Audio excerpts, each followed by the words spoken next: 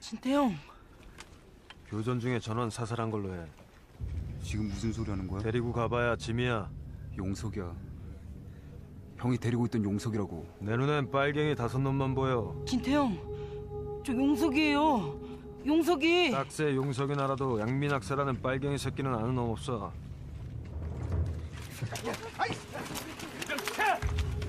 형, 우리 빨갱이 아니에요. 강제로 끌려왔다고 얘기했잖아. 넌 빠져. 저 사람들 니들이 죽였어? 아니에요. 우리가 안 죽였어. 정말 아니야. 제발 진정해. 애들이 죽인 게 아니잖아. 빨갱이 새끼들 말을 믿어? 너희들이 인간도 아니야. 안녕하세요. 2025년 2월 22일 전일옥입니다. 여러분들 빨갱이란 단어 많이 사용하시나요? 노동자와 농민들의 피를 의미하는 그런 의미에서 사용이 되었던 단어인데요. 우리가 일반적으로 빨갱이라는 단어를 많이 사용을 하고 있는데 실제로 그 근간이 되고 있는 소련에 대해서는 얼마나 잘 알고 있는지 잘 모르겠습니다. 그렇기 때문에 오늘은 그 빨갱이 혹은 멸공이라든가 반공이라고 하는 단어를 우리에게 만들어준 그 소련의 몰락 과정을 같이 한번 살펴보도록 하겠습니다. 네, 소련에 대해서 간단하게 좀 설명을 드리면요. 우선 1917년 제1차 세계대전 과정에서 러시아 혁명으로 인해서 형성된 국가입니다. 연방체제였는데요.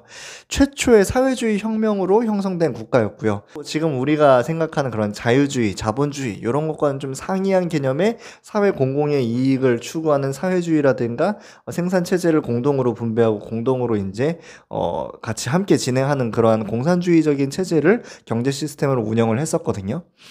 이러한 소련 같은 경우는 제2차 세계대전까지 발전을 하다가 히틀러를 한쪽 이 동구 정선을 담당을 하여서 전쟁을 승리로 이끄는 주역을 맡기도 합니다. 그리고 제2차 세계대전이 끝난 이후에는 우리 콜드워라고 얘기를 하죠. 냉전 시대 때 미국과 더불어서 세계 초강대국 중에 하나로서 양대 산맥을 담당하는 그러한 주요한 역할을 세계사적으로 하기도 했었어요. 그러한 거대한 어떻게 보면 제국이죠. 예. 그러한 소련이 1991년에 급작스럽게 해체를 하게 됩니다. 왜 그렇게 해체를 하게 됐는가 같이 한번 살펴보도록 하겠습니다. 자, 우선은 첫 번째 원인입니다. 바로 비생산적인 경제 체제인데요. 이 얘기를 할 때 우선은 러시아 제국부터 좀 얘기를 해야 됩니다. 소련이 만들어지기 전에 러시아 제국 같은 경우는 어떤 인식이 있느냐? 인구는 굉장히 많은데요. 땅도 굉장히 넓고 그런데 산업화가 굉장히 낙후화됐다라는 것을 여러분들 기억하셔야 돼요. 자, 러시아 제국을 무너뜨리고서 만들어지게 된 소련 같은 경우는 이 요소들을 그대로 가져갑니다. 플러스 알파로 국제적인 왕따가 되는데요. 왕따가 되는 이유는 두 가지 정도가 이제 잡힐 수가 있는데 첫 번째 같은 경우는 사회주의 혁명으로 일어난 국가예요.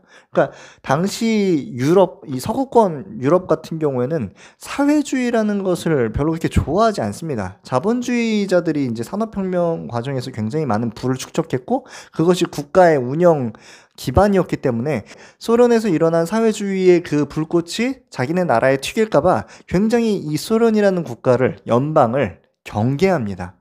자, 두 번째 같은 경우는 제1차 세계대전 당시가 원래 이제 팀이 어떻게 됐냐면 삼국협상 3제 동맹 이렇게 있었거든요. 그러다가 이제 이탈리아가 나가게 되고 그 과정에서 어떻게 되냐면은 오스만 투르크가 이제 들어가게 돼요. 근데 당시 러시아가 중간에 나와버린다라는 거죠. 혁명 때문에. 그러니까 당시 영국이라든가 프랑스라든가 미국 같은 경우는 이 러시아, 소련이 미운 거죠. 그래서 막 내전도 일어나고 막 장난 아니게 됩니다. 어쨌든 제가 말씀드리고자 하는 것은 소련은 굉장히 국제적으로 고립을 당하는 상황이었습니다. 자, 내가 가진 산업화는 없고 인구는 많다. 근데 국제적으로 내가 왕따를 당하고 있다. 어떤 생각을 하게 될까요? 굉장히 빠르게 산업화를 하고 싶어 합니다. 그래서 어떻게?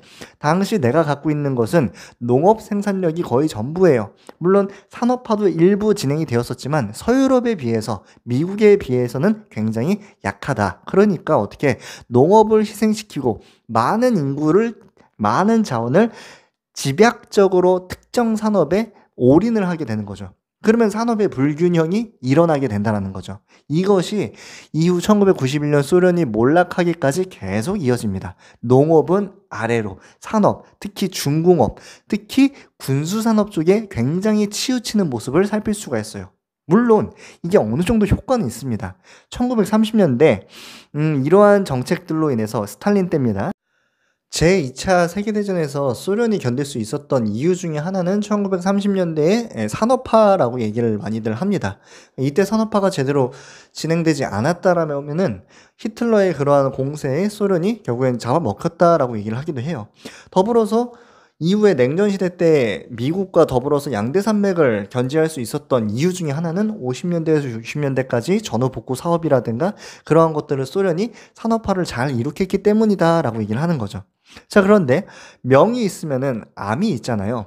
좋은 점은 뭐 그렇다 치고 나쁜 점이 뭐냐면은 우선 첫 번째 같은 경우에는 농업의 희생을 굉장히 강조했었습니다. 어떻게 강조하느냐?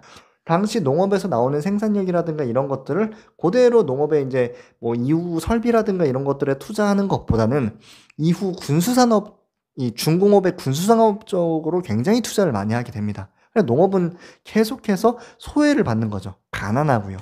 그리고 더불어서 이들에게 돌아가야 할 그러한 소비재 제품들이 다 어디로 가느냐? 군수공업 쪽으로 자원으로 들어가게 되는 거예요. 국민들의 정서에 굉장히 사기를 떨어뜨리죠. 예를 들면은 제2차 세계대전 당시에 모두가 굶고 모두가 힘들었습니다. 하지만 견딜만 했어요. 왜?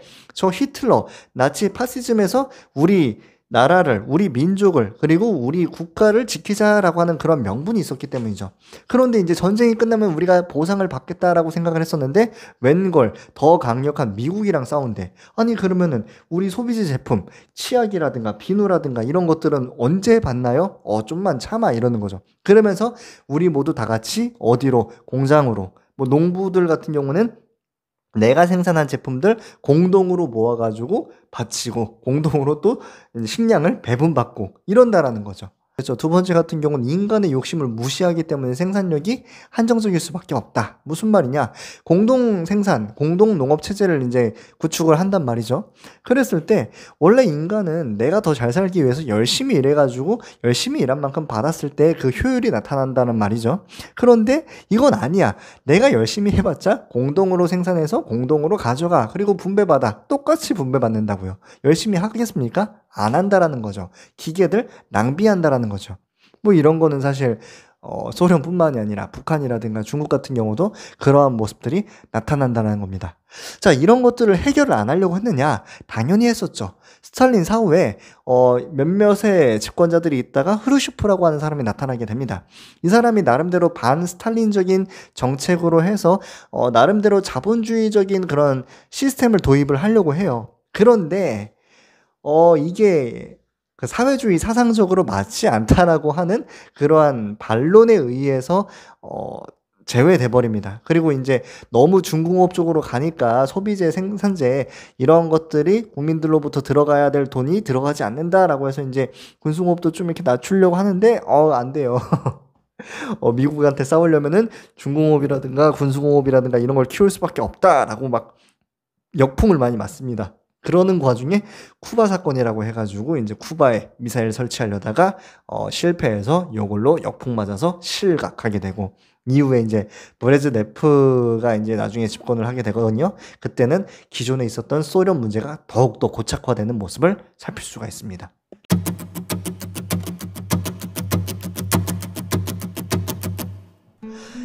이 모습을 보면요, 현재 대한민국에도 많은 시사점을 줄 수 있다라고 생각을 합니다.